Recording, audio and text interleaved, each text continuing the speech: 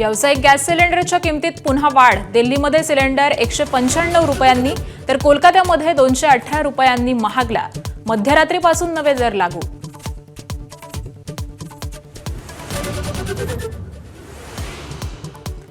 नव्या आर्थिक वर्षात आजपासून अनेक नवे नियम। नोकरदारांसाठी आयकर कायद्यामध्ये मोठे बदल।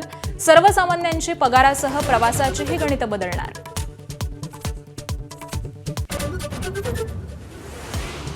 जगातील सर्वात मोठी जनगणना आजपासून भारतात सुरू। तर राज्यामध्ये पहिला टप्पा 1 ते 15 मे आणि दुसरा 16 मे ते 14 जून पर्यंत। प्रथमच डिजिटल पद्धतीने जनगणना होणार।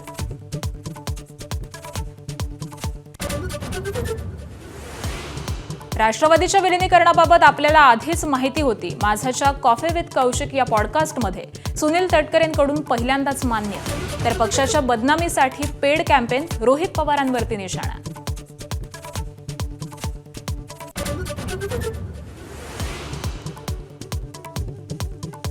शिर्डी जमीन फसवणूक प्रकरणी अशोक खरातची पत्नी कल्पना खरात फरार। घरी पोहोचलेल्या एसआयटी पथकानं मुलाला घेतलं ताब्यात।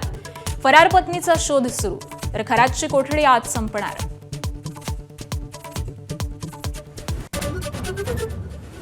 इराणमधलं अमेरिकेचं उद्दिष्ट पूर्ण झालंय। 2 ते 3 आठवड्यामध्ये इराण सोडू। युद्धादरम्यान ट्रम्प यांचं नवं वक्तव्य। इराण कधीच अण्वस्त्र बनवणार नाही, ट्रम्प यांचा दावा। व्यावसायिक वापराच्या सिलेंडरच्या किमतीमध्ये आता पुन्हा एकदा वाढ झालेली आहे। 19 किलो वजनाच्या सिलेंडरमध्ये दिल्लीमध्ये 195 रुपयांची वाढ झालेली आहे। तर तिकडे कोलकात्यामध्ये देखील व्यावसायिक सिलेंडरच्या किमती या वाढलेल्या आहेत। 218 रुपयांनी व्यावसायिक गॅस सिलेंडर हा महागलेला आहे। रात्री 12 वाजल्यापासूनच या निळ्या रंगाच्या सिलेंडरची दरवाढ ही लागू करण्यात आली आहे।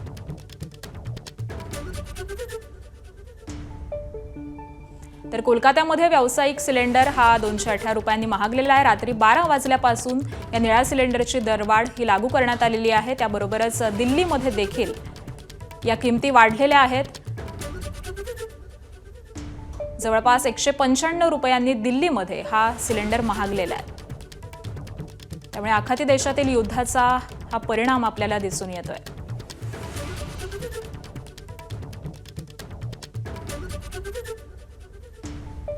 तर व्यावसायिक सिलेंडरच्या किमतीमध्ये पुन्हा वाढ झाल्याचं आपल्याला दिसून येत आहे। आखाती देशातील युद्धामुळे गॅस पुरवठा हा विस्कळीत झालेला आहे आणि त्याचाच परिणाम आता भारतावरती देखील झाल्याचं दिसून येत आहे।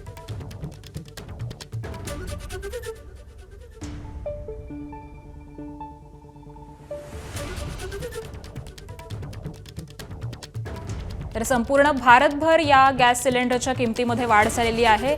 दिल्लीमध्ये 195 रुपयांची वाढ झालेली आहे। त्याबरोबरच कोलकात्यामध्ये देखील 218 रुपयांची वाढ झाली आहे आणि त्यानंतर मुंबईमध्ये देखील या सिलेंडरच्या किमतीमध्ये वाढ झालेली आहे। मुंबईमध्ये व्यावसायिक एलपीजी हा 218 रुपयांनी महागलेला आहे। त्यामुळे संपूर्ण भारतभर या व्यावसायिक गॅस सिलेंडरच्या किमतींमध्ये वाढ झालेली आहे। मुंबईमध्ये प्रामुख्याने जर विचार केला तर 218 रुपयांची वाढ झालेली आहे। त्यामुळे 218 रुपयांनी हा सिलेंडर महाग झालेला आहे।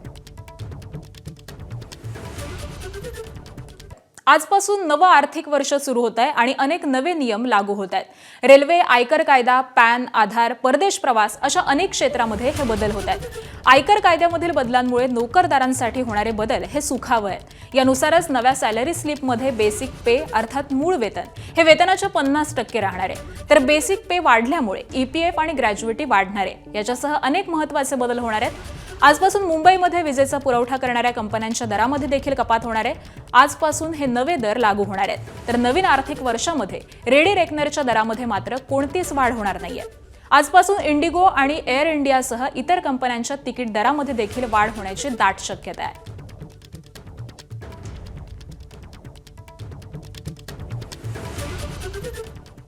आणि नोकरदारांसाठी आजपासून कोणते बदल होत आहेत ग्राफिक्सच्या माध्यमातून जाणून घेऊयात। तर आयकरासाठी फॉर्म 16 ए ऐवजी फॉर्म 130 आणि 131 लागू असणार आहे। त्याबरोबरच सॅलरी स्लिपवरती मूळ वेतन एकूण वेतनाच्या 50% असेल। त्याशिवाय बेसिक पे वाढल्यामुळे ईपीएफ आणि ग्रॅज्युएटी ही देखील वाढणार आहे। निवृत्तीनंतर ग्रॅज्युएटी वगळता सगळेच पैसे हे 2 दिवसांमध्ये मिळणार आहेत। 12 लाख रुपयांपर्यंत इन्कम टॅक्स नसेल. त्याबरोबरच पुणे, हैदराबाद, बंगळुरू आणि अहमदाबादमध्ये देखील 50% HRA लागू.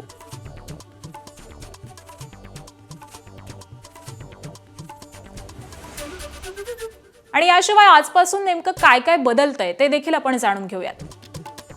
1961चा इन्कम टॅक्स कायदा हा रद्द झालेला आहे आणि नवा कायदा लागू झालाय. तर फक्त आधार कार्डद्वारे पॅन कार्ड मिळणं हे बंद असणार आहे. पॅन कार्डसाठी आता जन्म दाखला, मतदार ओळखपत्र आणि पासपोर्ट हा देखील लागणार आहे. त्याशिवाय रस्ते अपघातामध्ये मिळालेल्या भरपाईवरती आयकर लागणार नाही.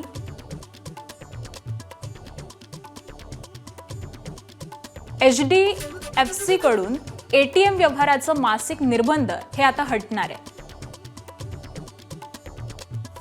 परदेशामध्ये शिक्षण, वैद्यकीय उपचारावरती 2% TCS लागेल.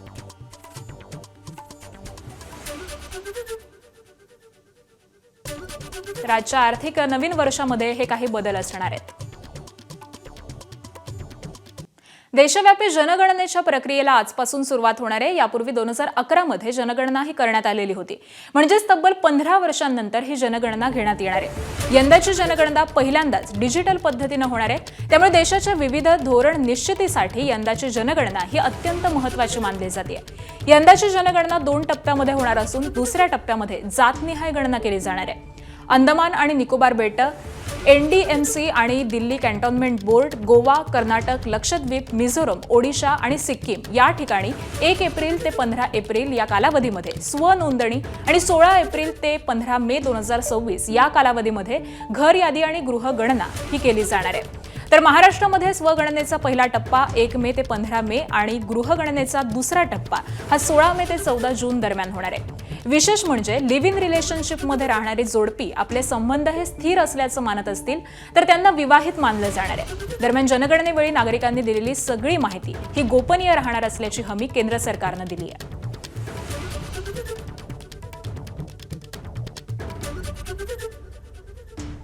तर ही जनगणना नेमकी कशी असेल ते देखील आपण जाणून घेऊयात. तर पहिला टप्पा एप्रिल ते सप्टेंबर 2026 असा असेल. दुसरा टप्पा फेब्रुवारी 2027 असेल. पहिल्या टप्प्यामध्ये घराशी संबंधित गणना ही केली जाईल. दुसऱ्या टप्प्यामध्ये जनसंख्या गणना केली जाईल.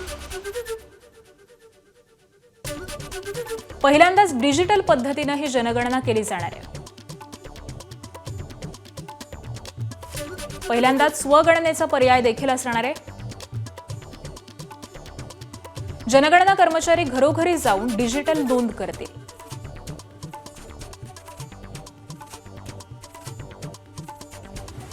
तर जनगणनेमध्ये आता नेमकं काय विचारलं जाईल हे देखील आपण जाणून घेऊयात. घरांची संख्या, घराची स्थिती, खोल्यांची संख्या,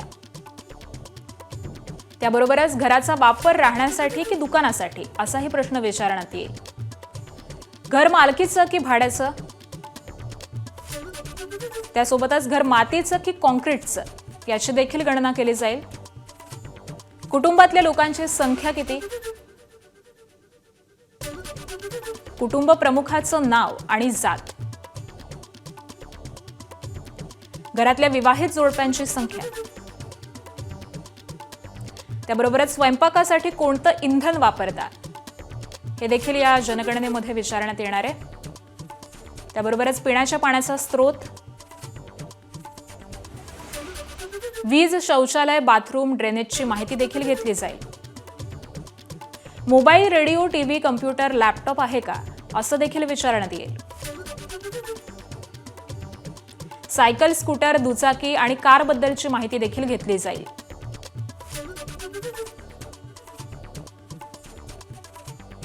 तर अशा पद्धतीने ही जनगणना केली जाणार आहे. आणि स्वगणना नेमकी कशी कराल हे देखील आता आपण जाणून घेऊयात.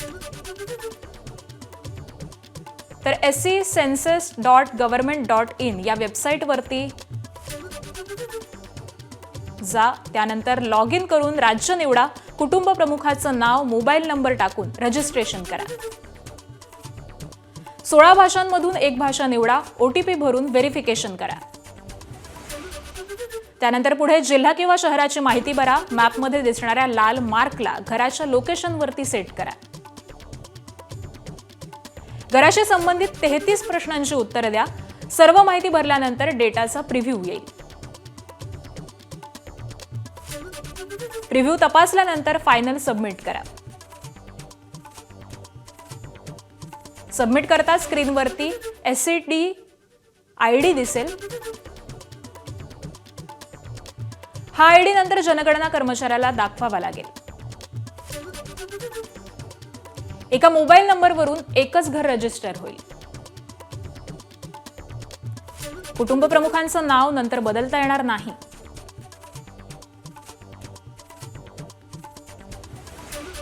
तर अशा पद्धतीने तुम्ही ही स्वगणना करू शकताय.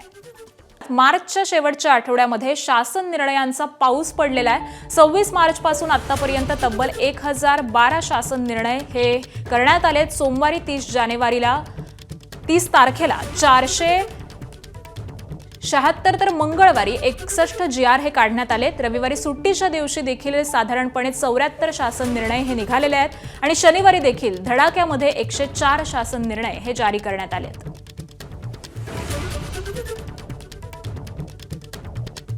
राष्ट्रवादीच्या विलिनीकरणाबाबत मला आधीच माहिती होती असं पहिल्यांदाच सुनील तटकरेंनी मान्य केलंय. एबीपी माझाच्या पॉडकास्टमध्ये तटकरेंनी हे जाहीर वक्तव्य केलंय. मात्र आपल्या राष्ट्रवादीच्या विलिनीकरणाला कधीच विरोध नव्हता असं देखील तटकरेंनी म्हटलंय. अजित पवारांच्या अपघाती निधनानंतर सातत्यानं शरद पवारांच्या राष्ट्रवादीचे नेते हे विलिनीकरणाबाबत बोलताना दिसून आले. मात्र अजित पवारांच्या राष्ट्रवादीनं सातत्यानं विलिनीकरणाबाबत सावध भूमिका घेतली. आता तटकरेंनी विलिनीकरणाबाबत माहिती असल्याचं पहिल्यांदाच मान्य केलंय.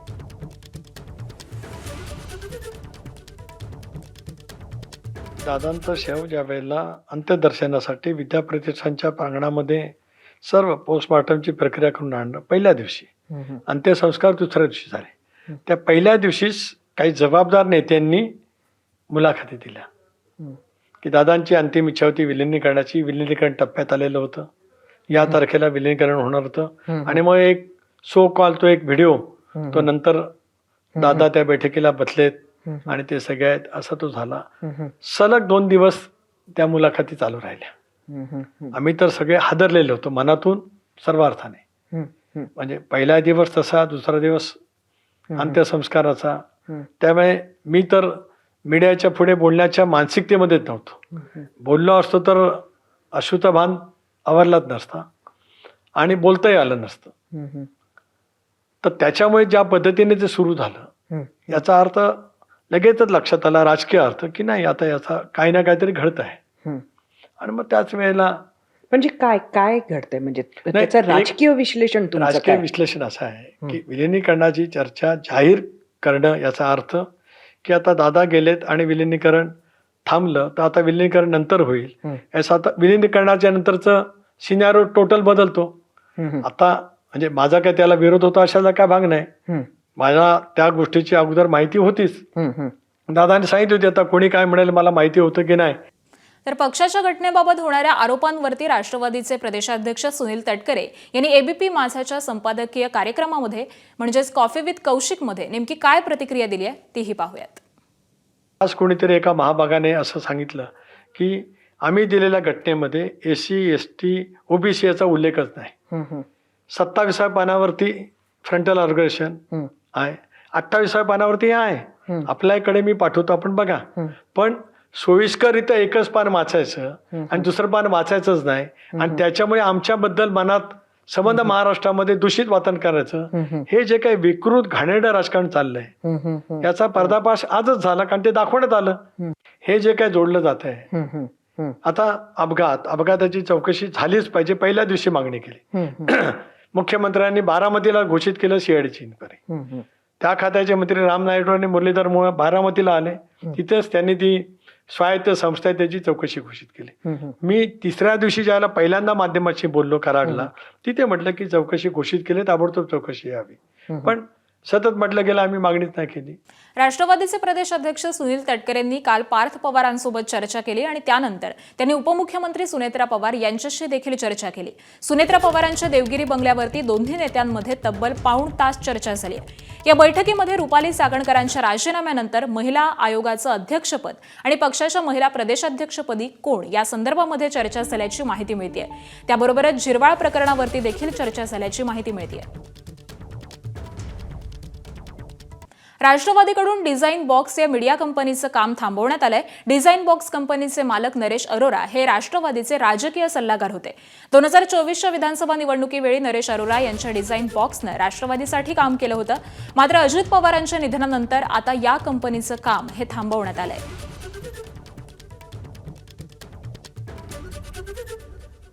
राज्य मंत्रिमंडळाची आज 12 वाजता मंत्रालयामध्ये बैठक होणार आहे. अधिवेशन संपल्यानंतर आणि झिरवाळ वादानंतरची ही पहिलीच बैठक आहे. त्यामुळे या बैठकीला झिरवाळ उपस्थित राहणार का आणि या प्रकरणावरती काय भाष्य करणार का याकडे देखील लक्ष लागलंय. दरम्यान आजच्या मंत्रिमंडळ बैठकीमध्ये अवकाळी पावसामुळे झालेल्या नुकसानासंदर्भामध्ये आढावा घेतला जाईल. आज काही महत्त्वाचे निर्णय देखील होण्याची शक्यता ही वर्तवली जाते.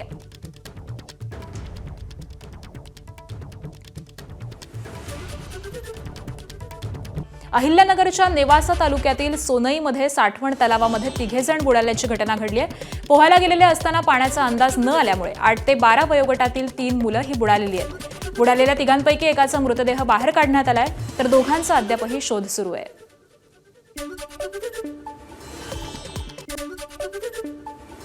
मुंबईतील लालबाग इथल्या जैन मंदिरामध्ये मोठी चोरी.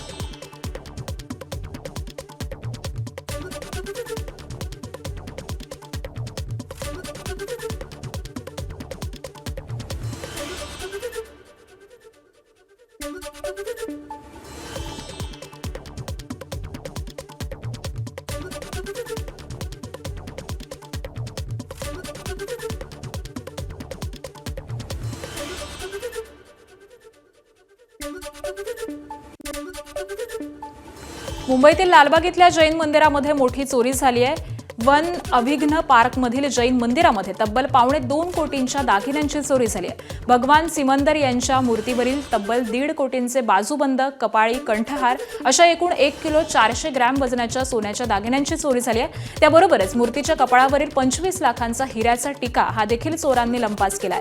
सकाळी 5च्या सुमारास मंदिर उघडायला पुजारी गेलेले असता मंदिराचं कुलूप त्याबरोबरच कडीकोंडा हा तुटलेल्या अवस्थेमध्ये आढळला. या प्रकरणी काळाचौकी पोलीस ठाण्यांमध्ये अज्ञाताविरोधात चोरीसह ट्रेस पासिंगचा गुन्हा हा दाखल करण्यात आलाय.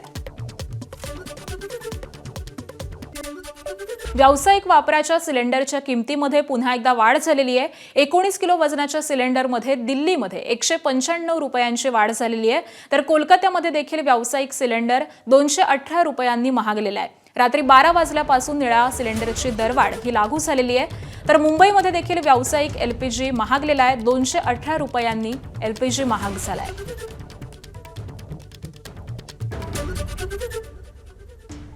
आणि 4 मेट्रो शहरातल्या व्यावसायिक सिलेंडरच्या किमतीवरती एक नजर टाकूयात.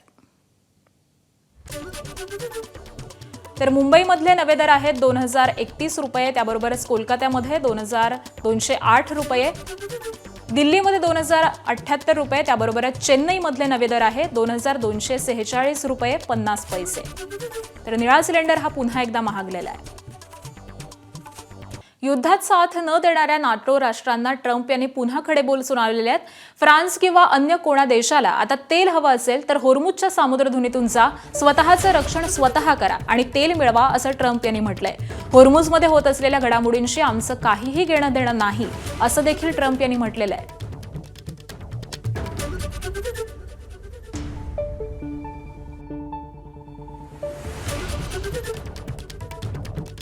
We'll be leaving very soon, and if France or some other country wants to get oil or gas, they'll go up through the strait and Hormuz Strait. They'll go right up there and they'll be able to fend for themselves. I think it'll be very safe, actually, but we have nothing to do with that. What happens in the strait we're not going to have anything to do with, because these countries, China will go up and they'll fuel up their beautiful ships and they'll leave and they'll take care of themselves. There's no reason for us to do it.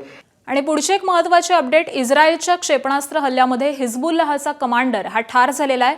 इस्रायलनं काल बैरूतमधल्या इमारतींवरती भीषण असे हल्ले केलेले होते. हिजबुल्लाहचे 7 दहशतवादी ठार झाल्याची माहिती ही सध्या समोर येते आहे. तर 7 दहशतवादी हे ठार झालेले आहेत आणि एकूण 21 जखमी झाल्याची लेबनॉनच्या आरोग्य मंत्र्यांकडून आता पुष्टी करण्यात आली आहे.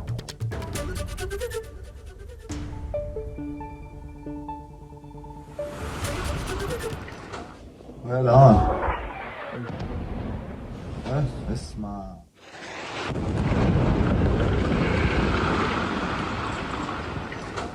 Well on. اسمع. दरम्यान आखाती युद्धामुळे टायरच्या किमती 60% महागल्यात. हिंगोलीमध्ये प्रामुख्याने हा प्रभाव दिसून येतोय. ट्रॅक्टर, जेसीबी आणि ट्रक यांच्यासारख्या मोठ्या वाहनांच्या टायरच्या किमतीमध्ये 1500 ते 2000 रुपयांपर्यंत वाढ झाल्याचं विक्रेत्यांकडून सांगण्यात येत आहे. आता एप्रिल महिन्यामध्ये त्यात आणखी 60% भाववाढीची शक्यता आहे.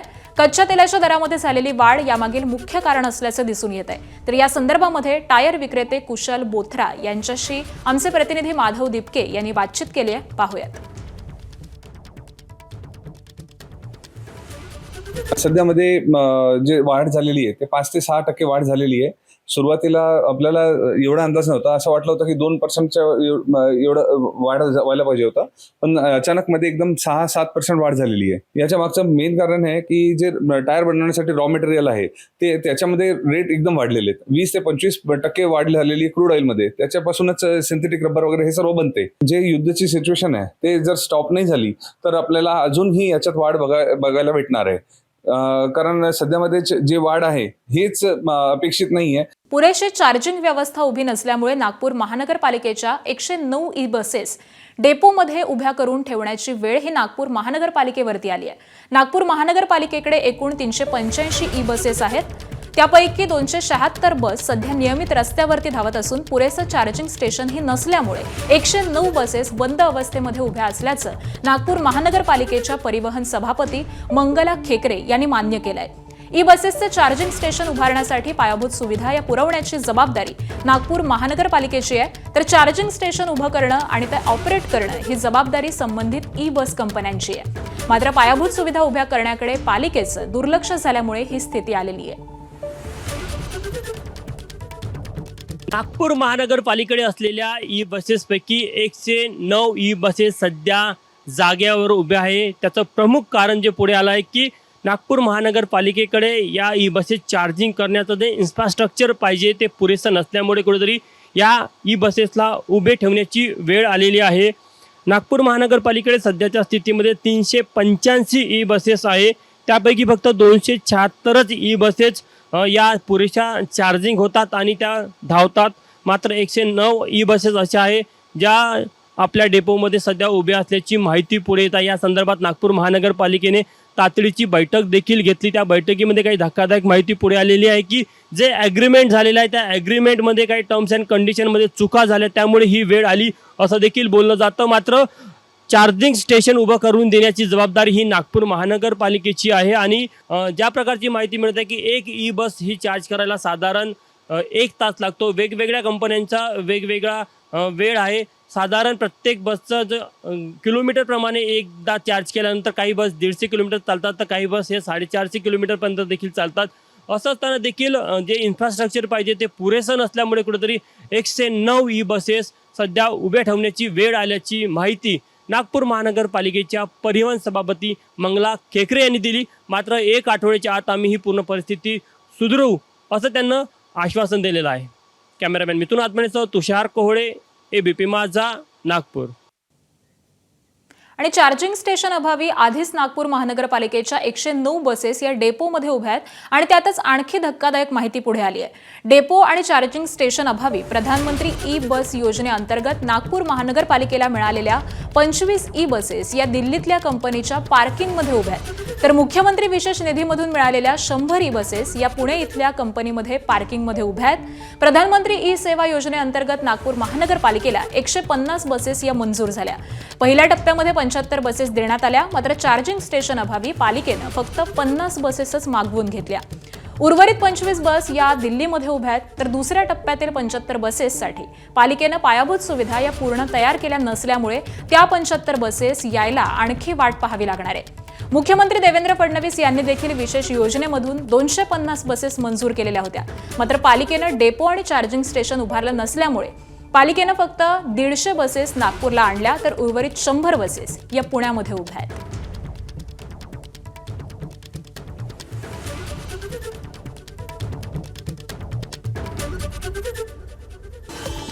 बंधू अशोक खरातचा मुलगा हर्षवर्धन खरातला एसआयटीनं ताब्यात घेतलाय. खरातची पत्नी कल्पना खरातवरती जमीन विक्रीमध्ये फसवणूक केल्याप्रकरणी गुन्हा दाखल झाल्यावरती ती फरार झाली आहे. तिचा ठावठिकाणा शोधण्यासाठी मुलाला ताब्यात घेतल्याची प्राथमिक माहिती आहे. शिर्डीतील जमीन विक्री घोटाळ्यामध्ये कल्पना खरात, अशोक खरातसह 5 जणांवरती गुन्हा दाखल झालाय. शिर्डीतल्या 2 मध्यस्थांना कालच अटक झालेली होती आणि त्यानंतर कल्पना खरातनं पोबारा केला. तिच्या घरामध्ये पोलिसांनी शोध मोहीम राबवली. एसआयटीनं काल अशोक खरातसह ईशान्येश्वर मंदिराचा पुजारी, अशोक खरातचा सीए आणि एका सराफा व्यापाराची समक्ष चौकशी केल्याची माहिती आहे. सराफा व्यापाराच्या फसवणुकीप्रकरणी ही चौकशी करण्यात आली आहे. ईशान्येश्वर मंदिरामध्ये कोणते कारनामे सुरू होते याची चौकशीही करण्यात आली आहे. आर्थिक व्यवहार सांभाळणाऱ्या सीएला देखील एसआयटीनं कसून सवाल केलेत, तर भोंदू खरातला आज कोर्टामध्ये हजर केलं जाईल. सुनावणीवेळी एसआयटी महत्त्वाचे पुरावे सादर करत पुन्हा पोलीस कोठडीची मागणी करणार आहे. भोंदू अशोक खरातला आज पुन्हा कोर्टात हजर केलं जाणार आहे. भोंदू अशोक खरातची आज पोलीस कोठडी संपणार आहे. त्याच्या विरोधामध्ये नवनव्या तक्रारी दाखल होत आहेत. खरातनं केलेलं लैंगिक शोषण, अनेकांना घातलेला आर्थिक गंडा आणि इतर अनेक कारनाम्यांची जंत्री वाढतच चाललेली आहे. त्यामुळे खरातची कोठडी एसआयटी कोर्टाकडे वाढवून मागणार आहे. तर आपलं सावज हेरण्यासाठी भोंदू खरात वेगवेगळ्या सिम कार्डचा वापर करत असल्याचं समोर आलंय. त्यातला एक नंबर खरात केवळ महिलांसाठी, तर दुसरा नंबर केवळ व्हीआयपी भक्तांसाठी वापरत होता. या नंबरवरून त्याचं काही राजकीय नेते आणि प्रभावशाली व्यक्तींशी संवाद होत असावा असा संशय आहे. तर तिसऱ्या मोबाईल क्रमांकावरून अशोक खरात आपले आर्थिक व्यवहार पाहत होता. तर चौथा मोबाईल क्रमांक हा सर्वसामान्य लोकांशी संपर्क साधण्यासाठी तो वापरत होता. विशेष तपास पथक या 4ही मोबाईल क्रमांकावरून झालेल्या संभाषणाची माहिती मिळवत आहे. अशोक खरातची उद्या पोलीस कोठडी संपणार असून त्याला कोर्टामध्ये हजर करण्यात येणार आहे आणि त्याची पुन्हा पोलीस कोठडी मिळावी यासाठी अधिकाधिक पुरावे हे गोळा करण्याचं काम एसआयटी करते. भोंदू खरात वेगवेगळे मोबाईल क्रमांक का वापरायचा ते आता आपण जाणून घेऊयात. खरातकडे एक नव्हे तर तब्बल 4 मोबाईल क्रमांक होते. एक क्रमांक केवळ व्हीआयपी व्यक्तींशी संपर्क साधण्यासाठी तो वापरायचा. काही राजकीय नेते आणि प्रभावशाली व्यक्तींशी संवाद होत असल्याचाही संशय आहे. तर दुसऱ्या मोबाईल क्रमांकावरून काही विशेष भक्त आणि महिलांशी तो संपर्क करायचा. तिसऱ्या मोबाईल क्रमांकावरून आर्थिक व्यवहार पाहायचा आणि चौथा मोबाईल क्रमांक सर्वसामान्य लोकांशी संपर्क साधण्यासाठी तो वापरायचा.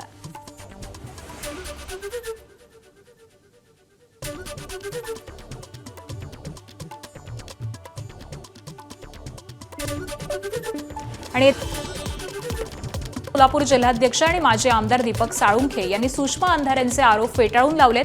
अशोक खरातचे आपले कोणतेही आर्थिक संबंध नाहीत. एका सार्वजनिक कार्यक्रमामध्ये भेट झाली याचा अर्थ आर्थिक संबंध असा होत नाही असं त्यांनी म्हटलंय.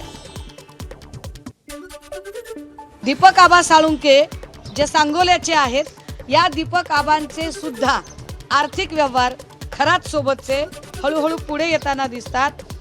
खरातच्या मुलीला एक आय थिंक 32-34 लाखाचा, माझ्याकडे आता प्रिंट नाही आहे पण मी आपल्याला सॉफ्ट कॉपी देईल त्याची, गिफ्टेड केलेला फ्लॅट आहे. या सगळ्याचे धागेदोरे आपल्याला सांगोल्यामध्ये सापडतील. सांगोल्यामध्ये पूजेला खरात आणि ही सगळी मंडळी गेली होती. अशोक खरातांची माझी कुठल्या तरी कार्यक्रमाच्या निमित्तानं त्यांची माझी भेट 100% झालेली आहे. सामाजिक जीवनामध्ये काम करत असताना अनेक कार्यक्रमाला आम्हाला उपस्थित राहावं लागतं आणि महाराष्ट्रातल्या बहुतांशी अनेक नेत्यांचे फोटो खरातांच्या बरोबर आहेत. ह्याचा अर्थ काय सगळेच गुन्हेगार आहेत असं नाही, पण त्यांचे माझे आर्थिक संबंध किंवा फ्लॅट दिला हे 10 खोटं आहे.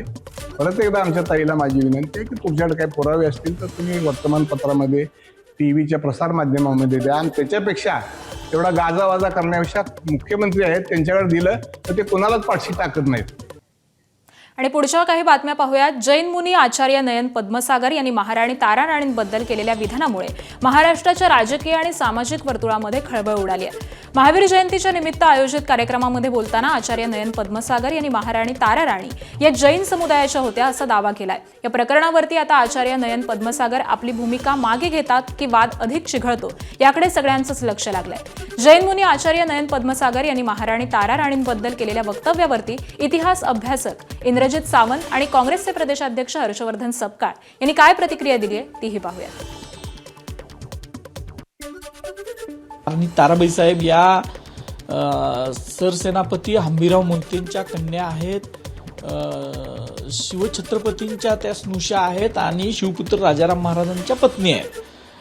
त्यामुळं त्याच्याविषयी त्या कोण होत्या, कुठल्या जातीतल्या होत्या, हे सगळं उघड सत्य आहे.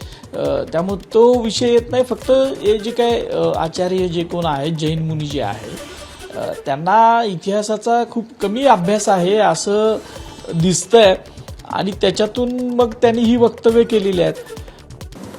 जैन मुनी निलेश असं म्हणतात की शिवाजी महाराजांच्या ज्या सुनबाई होत्या ताराबाई त्या जैन धर्मीय होत्या. कसं बघायला? शिवाजी महाराज हे महाराष्ट्र धर्माचे, हिंदवी स्वराज्याचे एक प्रणेते आहेत आणि त्यांच्याकडे जात धर्माच्या पलीकडे बघितलं पाहिजे. 18 पगड जातींना सोबत घेऊन जाणारे असं शिवाजी महाराजांचं नेतृत्व होतं, कर्तृत्व. मीरा भाईंदरमध्ये 3 एप्रिलपासून मेट्रो धावणार आहे. मेट्रो सुरू होण्याआधीच श्रेयवाद रंगल्याचं दिसतंय. मेट्रो सुरू होण्याआधीच शहरामध्ये श्रेय घेण्याची शर्यत रंगलेली पाहायला मिळते. विविध राजकीय पक्षांकडून ठिकठिकाणी बॅनरबाजी करत आपलं योगदान हे ठळकपणे मांडण्याचा प्रयत्न सुरू आहे. शहरातील अनेक भागांमध्ये परिवहन मंत्री प्रताप सरनाईक यांना मेट्रो मॅन म्हणून दर्शवणारे बॅनर झळकतात, तर दुसरीकडे भाजपा आमदार नरेंद्र मेहता यांना मेट्रोचे शिल्पकार असं म्हणून गौरवण्यात आलंय.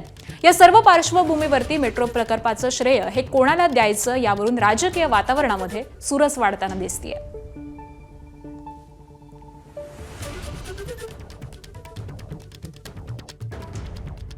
या ठिकाणी आपण 2-2 बोर्ड लावल्यामुळे लोकांच्या समोर एक संभ्रम निर्माण झालेला आहे की नेमकं शिल्पकार कोण आहे. आणि जेवढी मला जाणकारी असं वाटतंय की शिल्पकार एकच असतो, 2-2 होऊ शकत नाही. त्यामुळे मला असं वाटतंय की फडणवीस साहेबांना मला कळकळीची विनंती आहे की हे तुमच्या दोघांचे जे भांडणं असतील किंवा काय असतील ते एका टेबलवर बसून मिटवा. कारण लोक दिशाभूल होत आहेत, लक्षात घ्या. लोकांना नेमकं कळत नाही की शिल्पकार कोण आहे, मेट्रो आणली कोणी. तर आमच्या ऑफिसमधली कागदपत्र बाहेर कशी जातात हा संशोधनाचा विषय आहे अशी प्रतिक्रिया सुनील तटकर यांनी दिली आहे.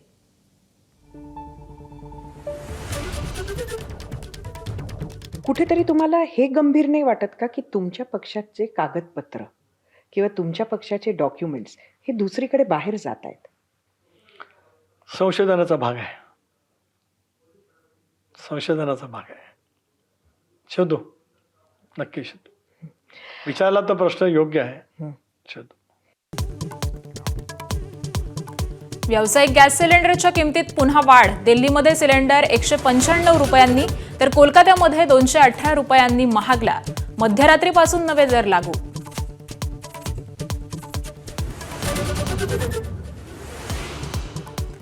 नव्या आर्थिक वर्षात आजपासून अनेक नवे नियम. नोकरदारांसाठी आयकर कायद्यामध्ये मोठे बदल.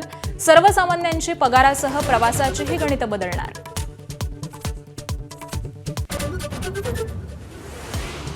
जगातील सर्वात मोठी जनगणना आजपासून भारतात सुरू. तर राज्यामध्ये पहिला टप्पा 1 ते 15 मे आणि दुसरा 16 मे ते 14 जून पर्यंत.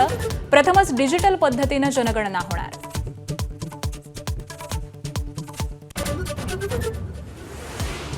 राष्ट्रवादीच्या विलिनीकरणाबाबत आपल्याला आधीच माहिती होती. माझाच्या कॉफी विथ कौशिक या पॉडकास्टमध्ये सुनील तटकर यांकडून पहिल्यांदाच मान्य. तर पक्षाच्या बदनामीसाठी पेड कॅम्पेन. रोहित पवारांवरती निशाणा.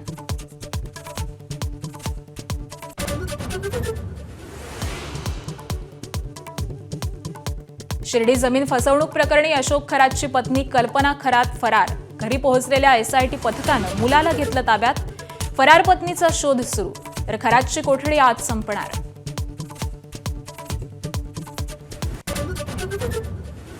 इराणमधलं अमेरिकेचं उद्दिष्ट पूर्ण झालंय. 2 ते 3 आठवड्यामध्ये इराण सोडू. युद्धादरम्यान ट्रम्प यांचं नवं वक्तव्य. इराण कधीच अण्वस्त्र बनवणार नाही, ट्रम्प यांचा दावा.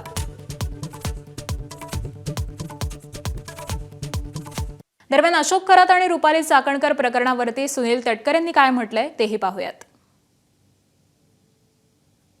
तुमची ओळख कशी झाली खरातांशी? तुमचे काय संबंध होते? एक असं आहे की अनेक राजकीय पक्षांतील नेते, त्यांच्यासोबतचे त्यांचे फोटोही आले, म्हणजे सर्वच राजकीय पक्षांचे. मी कोणाची नावं घेऊ, माझंही आहे, मी नाही कुठं म्हटलं. कोणाशी ओळख असणं किंवा कोणाच्या कुठल्या कार्यक्रमाला जाणं याचा अर्थ ती व्यक्ती विकृतपणाने काय करते आहे हे माहीतच नसतं ना.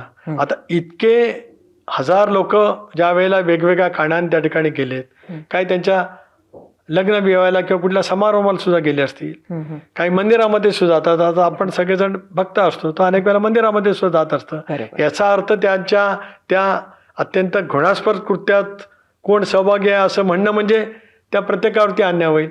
तपासामध्ये येईल ना कोणाचा काय संबंध असेल तर तो यावा लवकर. ज्याचा फोटो आहे त्याला तुम्ही ओळखतात असं सुद्धा नाही. इथे ओळखणं असं कोण नाकारत नाही, पण ओळख असणं याचा अर्थ त्यांच्या कृत्यात, घाणेरड्या कृत्यात सहभागी असणं संबंधच नाही. तरी कोणाच्या मनात शंका असेल तर ती SI तपास निपक्षपातीने करते आहे. येऊ द्या ते लवकर. रुपाली चाकणकरांची प्रदेशाध्यक्ष म्हणून निवड झाली त्यावेळेला एकसंघ राष्ट्रवादी काँग्रेस पक्ष होता. महिला आयोगाचा अध्यक्ष सुद्धा झाल्या त्यावेळेला त्या उद्धवजींचं सरकार असताना झाल्यानंतर पुन्हा मुदतवाढ मिळाली. माझ्या सांगण्याचा मतितार्थ काय की त्यावेळेला जे काही वाटप झालं त्याच्यातला काही भाग कंटिन्यूड झाला. आता इतर महामंडळ जे आहेत त्या संदर्भामध्ये एक समन्वय समिती नेमली गेलेली आहे. रिक्त झालेलं पद कोणा पक्षाकडे, आज तर राष्ट्रवादी काँग्रेस पक्षाकडे आहे, ते राहावं असं वहिनींचा आणि पक्षाचा अध्यक्ष राहील. कोणाची निवड करायची ते पक्ष किंवा वहिनी ठरवतील, तो भाग वेगळा आला. पण महामंडळाचं वाटप, कारण आम्ही पण म्हणजे तुमचा आग्रह राहील की हे पद राष्ट्रवादी काँग्रेसकडे असावं. एकच मिनिट ना, सत्तेमध्ये संख्याबळ आहे. भारतीय जनता पक्षाचं 134 आहे, शिवसेनेचं 59 आहे, राष्ट्रवादीचं 41 आहे. महामंडळाच्या रचनेमध्ये किती संख्येने टक्केवारीने भाजप राहील, किती संख्येने शिवसेना राहील, किती संख्येने राष्ट्रवादी राहील याचं एक ढोबळ आम्ही स्वरूप ठरवलेलं आहे. त्यानंतर मग महामंडळाचं वाटप करताना सुद्धा कसं राहील हेही ठरवलेलं आहे. हे महामंडळ आता राष्ट्रवादी काँग्रेस पक्षाकडे होतंच, तसं काही महामंडळ आज भारतीय जनता पक्षाकडे आहेत, काही महामंडळ आज शिंदे साहेबांच्या नेतृत्वाखाली शिवसेनेकडे आहेत, ती तिथंच आहेत. आता हे रिक्त झालंय या कारणामुळे, तर त्याच्यामुळे ते बसून त्यातला निर्णय त्या ठिकाणी होईल. म्हणजे अजून तो निर्णय व्हायचा आहे. तुमची खराची ओळख कशी झाली आठवते का? झाली, आता मला ते आता आठवत नाही, झाली ना, 1-2दा झाली. त्यांच्याकडे लग्नालाही गेलो होतो, तो भाग वेगळा आलाय. कसं आहे की भाज्यासहित अनेकांच्या भेटी झाल्यात किंवा लग्न विवाहाल तर प्रचंड प्रमाणावरती गर्दी होती. पण याचा अर्थ ते काय कृत्य करत होते, मग तसं माहिती असतं तर प्रत्येक जण केव्हा सावध झाला असताना. पोलिसांनी त्याची योग्य ती नोंद गांभीर्याने घेत अगदी ज्या दिशेने तपास करणं आवश्यक आहे त्या दिशेने तपास सुरू आहे. कधी तुम्हाला त्यांनी पूजा अर्चा काही करायला सांगितलं का? नाही, मला कधी सांगितलं नाही. मी भाविक आहे, श्रद्धाळू आहे, पण अंधश्रद्धाळू नक्की नाही. रुपाली चाकणकरांची प्रदेशाध्यक्ष म्हणून निवड झाली त्यावेळेला एकसंघ राष्ट्रवादी काँग्रेस पक्ष होता. महिला आयोगाचा अध्यक्ष सुद्धा झाल्या त्यावेळेला त्या उद्धवजींचं सरकार असताना झाल्यानंतर पुन्हा मुदतवाढ मिळाली. माझ्या सांगण्याचा मतितार्थ काय की त्यावेळेला जे काही वाटप झालं त्याच्यातला काही भाग कंटिन्यूड झाला. आता इतर महामंडळ जे आहेत त्या संदर्भामध्ये एक समन्वय समिती नेमली गेलेली आहे. रिक्त झालेलं पद नकली सोनं तारण ठेवून ICICI बँकेला गंडा घालण्यात आलेला आहे. नकली सोनं देऊन कोट्यवधी रुपयांचं कर्ज हे उचलण्यात आलंय. नागपूरमध्ये बँकांना 23 कोटी 19 लाख रुपयांना बुडवण्यात आले आहे. तर ICICI बँकेच्या 9 शाखांमध्ये हा सगळा प्रकार उघडकीस आलाय. 1-2 नव्हे तर तब्बल 159 खातेदारांनी बनावट सोनं हे तारण ठेवलेलं होतं. जानेवारी 2023 ते ऑक्टोबर 2025 या कालावधीतला हा सगळा प्रकार आहे. खातेदार त्याबरोबरच मूल्य निर्धारक, अंकेक्षक आणि अधिकाऱ्यांचं संगनमत असल्याचं देखील उघड झालेलं आहे. विभागीय व्यवस्थापक धनंजय थिटे यांच्या चौकशीमध्ये हा सगळा घोटाळा उघडकीस आलाय. तर धंतोली पोलीस ठाण्यामध्ये गुन्हा देखील दाखल झालेला आहे. कोकणातील लोटे MIDC मधील लक्ष्मी ऑर्गॅनिक कंपनीच्या विरोधामध्ये पुन्हा एकदा जन आंदोलन होणार आहे. 6 एप्रिलला 11 गावांसह कोकण नागरी संघर्ष समितीनं लक्ष्मी ऑर्गॅनिक कंपनी आणि PFASच्या विरोधामध्ये हजारो नागरिकांचा भव्य मोर्चा हा आयोजित केलाय. जवळपास 3 महिने सुरू असलेल्या धरणे आंदोलनाकडे सरकारनं दुर्लक्ष केल्यानंतर 11 गावामधील ग्रामस्थ हे आता रस्त्यावरती उतरणार आहेत. जगानं नाकारलेला प्रकल्प कोकणच्या माथी नको अशी मागणी करण्यात आली आहे. तर बारसू आणि नाणारप्रमाणे आंदोलन हे तीव्र करण्याचा इशारा देखील देण्यात आलेला आहे. ABP माझा, उघडा डोळे बघा नीट.